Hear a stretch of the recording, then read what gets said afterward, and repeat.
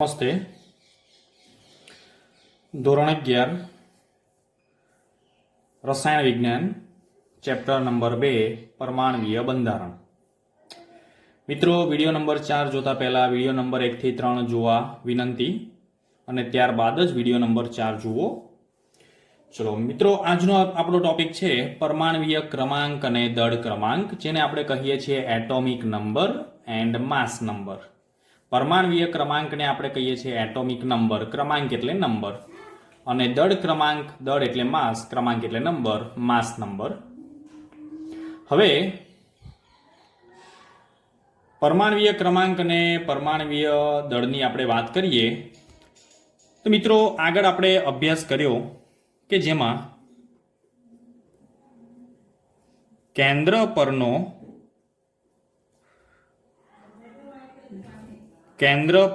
ધનભાર જે છે મિત્રો, એ કેન્દ્ર પરનો ધનભાર એ તેમાં રહેલા પ્રોટોનને કારણે હોય છે. મિત્રો, આ આપણે જાણીએ છીએ, કેન્દ્ર પરનો ધનભાર છે તે પ્રોટોનને કારણે હોય છે. અને આગળ આપણે એ પણ નક્કી કર્યું કે પ્રોટોનનો જે ભાર છે, પ્રોટોનનો ભાર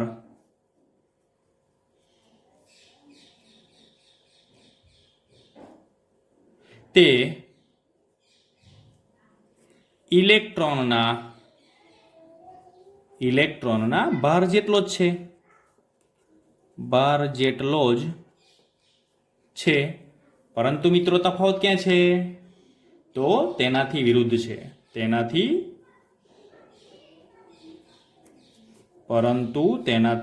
વિરુદ્ધ. મિત્રો, ફરી એકવાર જોઈએ, કેન્દ્ર પરનો ધનભાર એ પ્રોટોનને કારણે હોય છે, અને પ્રોટોનનો જે ભાર હોય છે એટલા જ ઇલેક્ટ્રોનનો ભાર હોય છે, પરંતુ પરસ્પર વિરુદ્ધ હોય છે. બીજી આપણે એ પણ વાત કરેલી, આગળ આપણે એ પણ શીખી ગયેલા છે કે કેન્દ્રમાં રહેલા પ્રોટોનની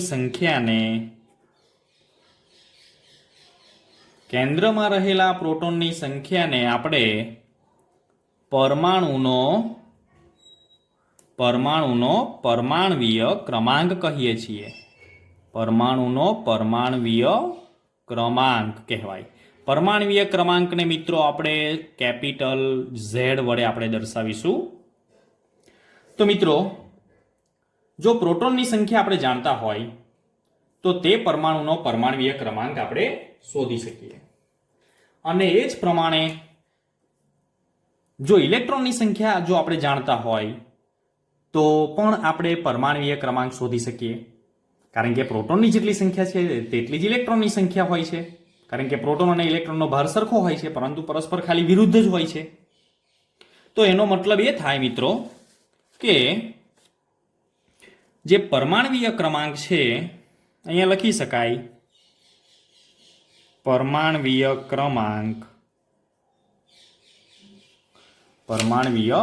ક્રમાંક Z એ શું છે? તો કે પરમાણુના કેન્દ્રમાં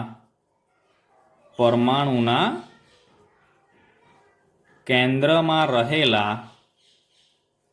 પ્રોટોનની સંખ્યા છે મિત્રો. અને જો આપણી પાસે કદાચ ઇલેક્ટ્રોનની સંખ્યા હોય તો ઇલેક્ટ્રોનની સંખ્યા બરાબર પણ પરમાણ્વીય ક્રમાંક થશે. તો તટસ્થ પરમાણુમાં રહેલા ઇલેક્ટ્રોનની સંખ્યા. તો પરમાણ્વીય ક્રમાંકમાં બે બાબતો આપણે અહીંયા ધ્યાનમાં રાખીશું. પ્રોટોનની સંખ્યા હોય તો પ્રોટોનની સંખ્યા અને ઇલેક્ટ્રોનની સંખ્યા, બંને સંખ્યા સરખી છે, માટે પરમાણ્વીય ક્રમાંકમાં કોઈ પણની સંખ્યા ચાલે. તો પરમાણ્વીય ક્રમાંક એટલે શું? તો પરમાણુના કેન્દ્રમાં રહેલી પ્રોટોન અથવા ઇલેક્ટ્રોનની સંખ્યાને આપણે પરમાણ્વીય ક્રમાંક કહીએ છીએ. અને કોઈ પણ પરમાણુમાં પ્રોટોન અને ઇલેક્ટ્રોનની સંખ્યા હંમેશા સરખી જ જોવા મળે છે મિત્રો, ઇક્વલ જ જોવા મળે છે. માટે આપણે આ બંનેની સંખ્યાને આપણે પરમાણ્વીય ક્રમાંક તરીકે ઓળખી શકીએ છીએ. ફોર એક્ઝામ્પલ, ધારો કે આપણે સમજીએ કે હાઇડ્રોજન છે તો હાઇડ્રોજનના કેન્દ્રમાં એક પ્રોટોન છે, તો હાઇડ્રોજનનો પરમાણ્વીય ક્રમાંક કેટલો થશે મિત્રો? તો હાઇડ્રોજનનો પરમાણ્વીય ક્રમાંક Z = થશે 1. એ જ રીતે જો સોડિયમ હોય તો સોડિયમના કેન્દ્રમાં 11 પ્રોટોન છે, તો સોડિયમનો પરમાણ્વીય ક્રમાંક Z = થશે 11. તો મિત્રો આ રીતે આપણે પ્રોટોન કે ઇલેક્ટ્રોનની સંખ્યા પરથી જે તે તત્વોના પરમાણ્વીય ક્રમાંક આપણે જાણી શકીએ છીએ. અને વિદ્યુતીય તટસ્થતા જાળવી રાખવા માટે કોઈ પણ પરમાણુમાં પ્રોટોન અને ઇલેક્ટ્રોનની સંખ્યા હંમેશા સરખી જ હોય છે. સોડિયમમાં જેવી રીતે 11 પ્રોટોન છે તો તેમાં 11 ઇલેક્ટ્રોન પણ છે, જેથી જે તે પરમાણુ હોય તે પરમાણુની તટસ્થતા જળવાઈ રહે છે. ચલો હવે આપણે વાત કરીશું પરમાણ્વીય દળ ક્રમાંકની વાત. પરમાણ્વીય દળ ક્રમાંક. ચલો મિત્રો, પરમાણ્વીય દળ ક્રમાંક જે છે તે પરમાણ્વીય દળ ક્રમાંકને આપણે A દ્વારા દર્શાવીશું. તેને A સંજ્ઞાથી આપણે દર્શાવીએ છીએ. તો પરમાણ્વીય દળ ક્રમાંક એટલે શું? તો પરમાણ્વીય દળ ક્રમાંક એટલે પ્રોટોનની સંખ્યા જેને આપણે Z કાં તો પરમાણ્વીય ક્રમાંક કહીએ છીએ કાં તો P પણ કહીએ છીએ તો પણ ચાલે, પ્લસ ન્યુટ્રોનની સંખ્યાના સરવાળાને પરમાણ્વીય દળ ક્રમાંક કહે છે. મિત્રો, પરમાણ્વીય દળ, કોઈ પણ પરમાણુનું પરમાણ્વીય દળ તે શાને આભારી છે? તો કે તેમાં રહેલા કેન્દ્રમાં રહેલા પ્રોટોન અને ન્યુટ્રોનની સંખ્યાને આધારી હોય છે. એટલે આપણે અહીંયા લખી શકીએ કે કેન્દ્રનું દળ કોઈ પણ પરમાણુમાં કેન્દ્રનું દળ પ્રોટોન અને ન્યુટ્રોનને આભારી હોય છે. અને આ પ્રોટોન અને ન્યુટ્રોનની સંખ્યાને આપણે ન્યુક્લિયોન પણ કહેવામાં આવે છે. ન્યુક્લિયોન્સ કહેવામાં આવે છે. અને ન્યુક્લિયોન્સની કુલ સંખ્યા એ પરમાણુનો દળ ક્રમાંક છે. પરમાણુના દળ ક્રમાંકને આપણે ફરી કહીએ તો આપણે તેને A વડે દર્શાવવામાં આવે છે. તો મિત્રો, આ રીતે આપણે પરમાણ્વીય ક્રમાંક અને પરમાણ્વીય દળ ક્રમાંક આ બંને પર ફરી એક વખત જોઈ લઈએ. પરમાણ્વીય ક્રમાંક એટલે કોઈ પણ પરમાણુમાં રહેલા પ્રોટોન કે ન્યુટ્રોનની સંખ્યાને, સરવાળો નથી મિત્રો, યાદ રાખજો, પ્રોટોનની સંખ્યા કાં તો ઇલેક્ટ્રોનની સંખ્યા. અને પરમાણ્વીય દળ ક્રમાંક એટલે તો કે પરમાણુમાં રહેલા પ્રોટોનની સંખ્યા અને ન્યુટ્રોનની સંખ્યાના સરવાળાને પરમાણ્વીય દળ ક્રમાંક કહે છે, જેને A વડે દર્શાવીશું. અને પ્રોટોન અને ન્યુટ્રોનને આપણે ન્યુક્લિયોન્સ પણ કહેવામાં આવે છે. ચલો હવે આજે આપણે એક બીજો પણ ટોપિક જોવાનો છે, જેમાં આપણી પાસે એ ટોપિક છે સમભારિકો અને સમસ્થાનિકો. તો સમભારિકો અને સમસ્થાનિકો.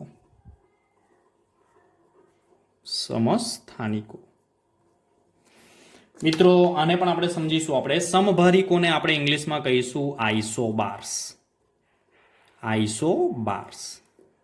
અને સમસ્થાનિકોને આપણે ઇંગ્લિશમાં કહીશું આઇસોટોપ્સ.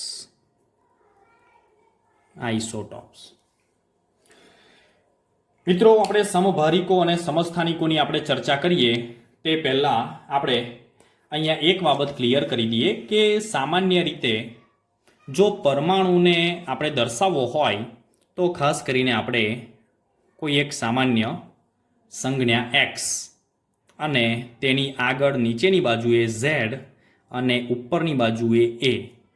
હવે આપણને એ ખબર છે કે x એટલે કોઈ પણ પરમાણુની સંજ્ઞા છે જે અનનોન છે, અને z જે નીચેની બાજુ છે તેને સબસ્ક્રિપ્ટ કહીશું, અને એ z છે તે પરમાણ્વીય ક્રમાંક દર્શાવે છે.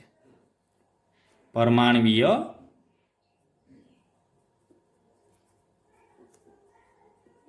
ક્રમાંક દર્શાવે છે. અને ઉપર જે સુપરસ્ક્રિપ્ટમાં જે છે તેને આપણે પરમાણવીય દળ ક્રમાંક દર્શાવે છે. પરમાણવીય દળ ક્રમાંક. એ એટલે પરમાણવીય દળ ક્રમાંક અને ઝેડ એટલે પરમાણવીય ક્રમાંક. તો મિત્રો સામાન્ય રીતે આપણે આ રીતે પરમાણુને દર્શાવીએ છીએ. હવે આપણે જોઈએ પહેલું સમભારિક. સમભારિક એટલે શું મિત્રો? મિત્રો નામ આપણે સમજીએ તો આપણને આનો જે અર્થ છે તે ખૂબ જ સરળ પડશે. ફોર એક્ઝામ્પલ અહીંયા આપેલું છે સમભાર, સમભારિક, સમભાર. તો ભાર સરખા. ભાર સરખા એટલે શું? જે પરમાણુઓ સરખા દળ ક્રમાંક ધરાવે. ભાર એટલે દળ ક્રમાંક. એટલે અહીંયા આપણે લખીશું કે જે પરમાણુઓ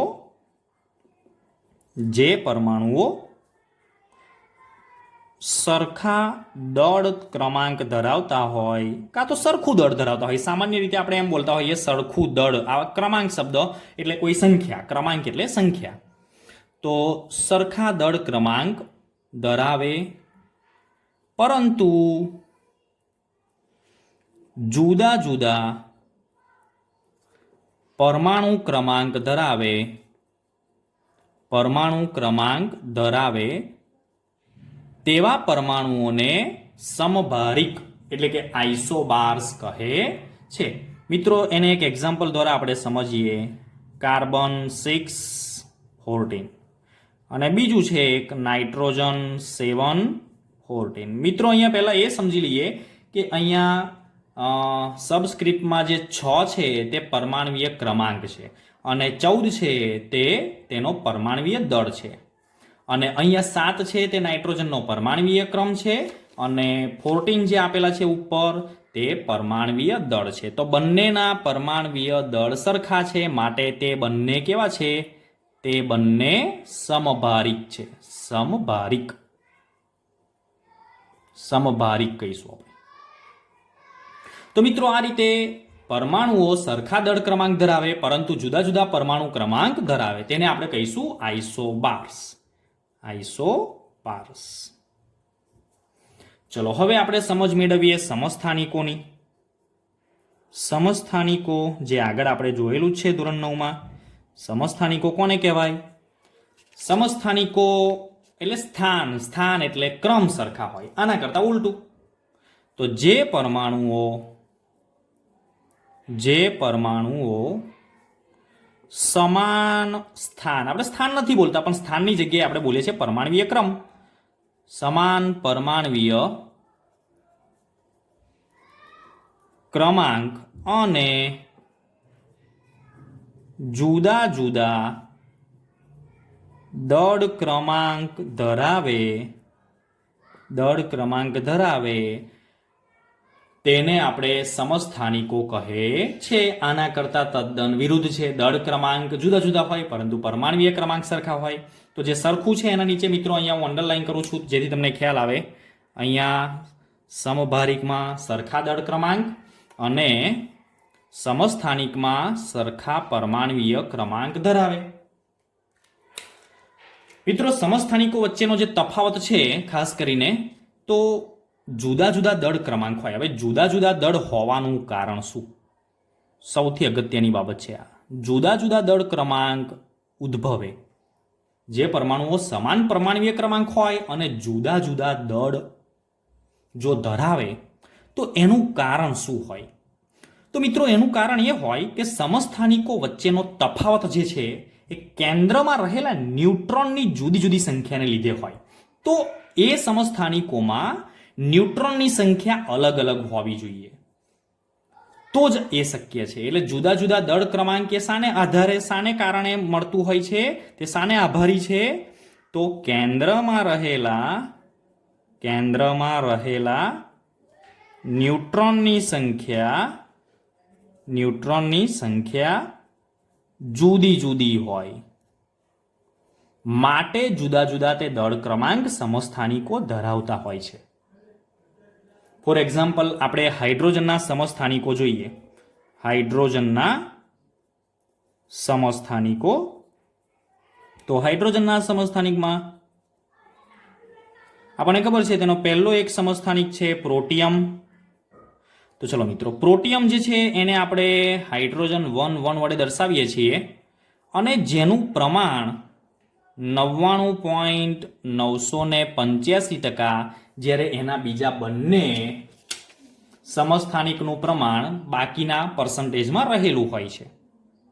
તો આમાં મિત્રો આપણને ખ્યાલ છે કે પ્રોટિયમમાં મિત્રો એક પ્રોટોન છે, એક પ્રોટોન, જે આપણને અહીંયા આના પરથી ખબર પડશે.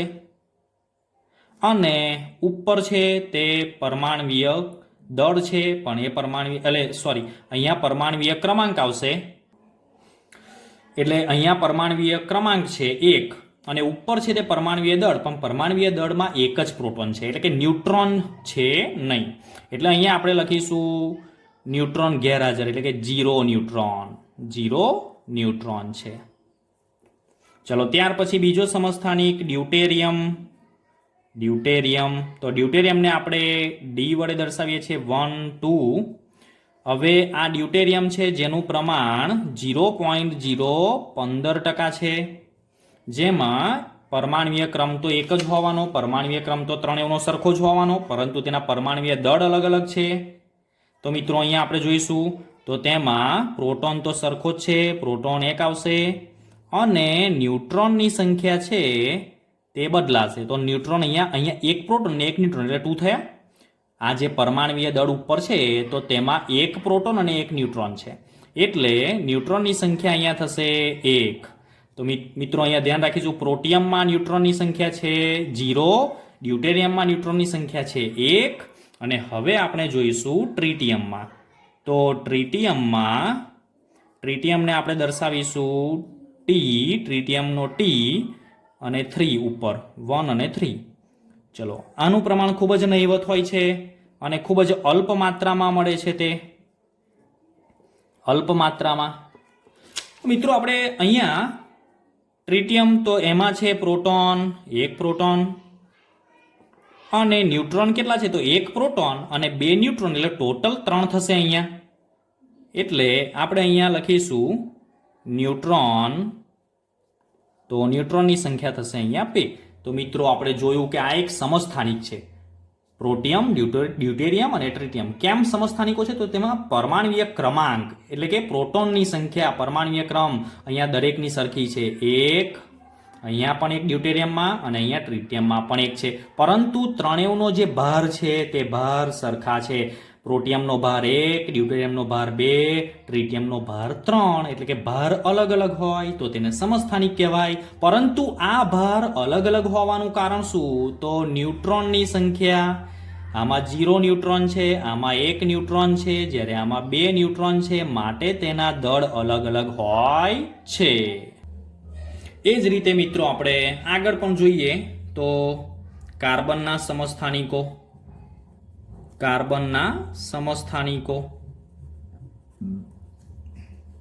તો કાર્બનના સમસ્થાનિકોમાં તેના સમસ્થાનિકો છે 6 કાર્બન 12, બીજો આવશે 6 કાર્બન 13 અને ત્રીજો આવશે 6 કાર્બન 14. તો જો મિત્રો અહીંયા પરમાણવીય ક્રમ સરખો છે, પરંતુ તેના જે દળ છે તે દળ અલગ અલગ છે, માટે તેને સમસ્થાનિકો કહીશું. આમાં આપણે જોઈએ તો આમાં પ્રોટોનની સંખ્યા છે મિત્રો 6 અને ન્યુટ્રોનની સંખ્યા આવશે 6, કારણ કે અહીંયા પરમાણવીય દળ છે તે પ્રોટોન અને ન્યુટ્રોનને આભારી હોય છે, એટલે તેમાંથી પ્રોટોનની સંખ્યા બાદ કરીશું તો ન્યુટ્રોનની સંખ્યા મળી જશે. કઈ રીતે? તો મિત્રો અહીંયા આપણે સમજી લેવાનું કે પરમાણવીય દળ છે 12, એમાંથી પ્રોટોનની સંખ્યા 6 બાદ કરીશું તો 6 મળી જશે. ચલો એ જ રીતે અહીંયા પ્રોટોનની સંખ્યા 6. ચલો અહીંયા ન્યુટ્રોનની સંખ્યા શોધવી છે તો 13 માંથી 6 આપણે બાદ કરીશું તો કેટલી આવશે? 7 આવશે. ચલો એ જ રીતે આમાં આપણે જોઈએ તો પ્રોટોનની સંખ્યા સરખી જ છે 6 અને ન્યુટ્રોનની સંખ્યા આવશે 8. તો મિત્રો આ રીતે આપણે પ્રોટોન અને ન્યુટ્રોનની સંખ્યા અને ઇલેક્ટ્રોનની સંખ્યા જોઈએ તો પણ આપણે શોધી શકીએ છીએ ઇલેક્ટ્રોનની સંખ્યા કેટલી હોવાની 6 જ હોવાની, જેટલી પ્રોટોનની સંખ્યા એટલી ઇલેક્ટ્રોનની સંખ્યા. તો મિત્રો આપણને કેટલાક એક્ઝામ્પલ એવી રીતે પૂછાય કે આપેલ સમસ્થાનિકમાં પ્રોટોન, ન્યુટ્રોન અને ઇલેક્ટ્રોનની સંખ્યા ગણો તો આપણે આ રીતે ગણી શકીએ છીએ. સિમ્પલ છે. ચલો હવે આપણે એક અગત્યની એક બાબત છે એ બાબત આપણે જોઈશું, જે એક નોંધ કરીને આપણે સમજીશું. તો કે મિત્રો પરમાણુના જે રાસાયણિક ગુણધર્મો એ તેમાં રહેલા ઇલેક્ટ્રોનની સંખ્યાથી નિયંત્રિત થાય. એક અગત્યની નોંધ છે, એ નોંધને આપણે સમજવી જરૂરી છે. ધારો કે હું તમને અહીંયા કહું કે ધારો કે આ એક કાર્બનના સમસ્થાનિકો છે, કાર્બનના સમસ્થાનિકો, અને કાર્બનના સમસ્થાનિકોમાં ઇલેક્ટ્રોનની સંખ્યા કેટલી છે? પ્રોટોનની સંખ્યા 666, તો ઇલેક્ટ્રોનની સંખ્યા પણ 666 હોવાની ત્રણેયમાં.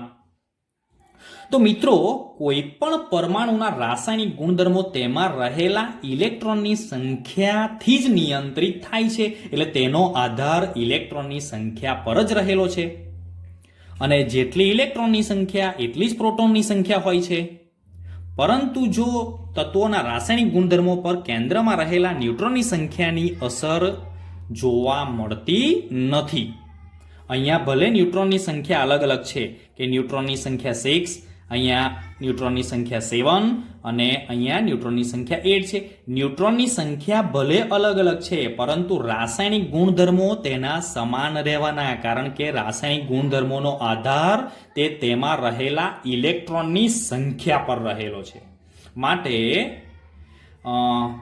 કાર્બનના ત્રણેય સમસ્થાનિકોનો જે રાસાયણિક ગુણધર્મો છે તે સમાન રહે છે. એટલે અહીંયા લખીશું કે કોઈ પણ તત્વના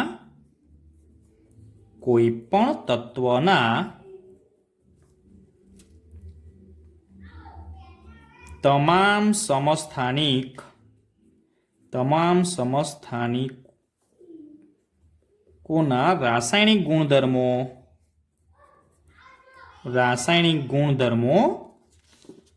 સમાન હોય છે, કારણ કે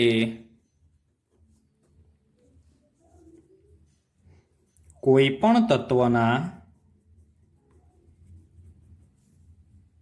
રાસાયણિક ગુણધર્મો તેમાં રહેલા ઇલેક્ટ્રોનની સંખ્યા દ્વારા નિયંત્રિત થાય છે. મિત્રો નિયંત્રિત થાય છે એટલે શું? નિયંત્રિત થાય છે એટલે તેના પર આધાર રાખે છે. માટે તમામ સમસ્થાનિકોના રાસાયણિક ગુણધર્મો સરખા હોય છે. Thank you.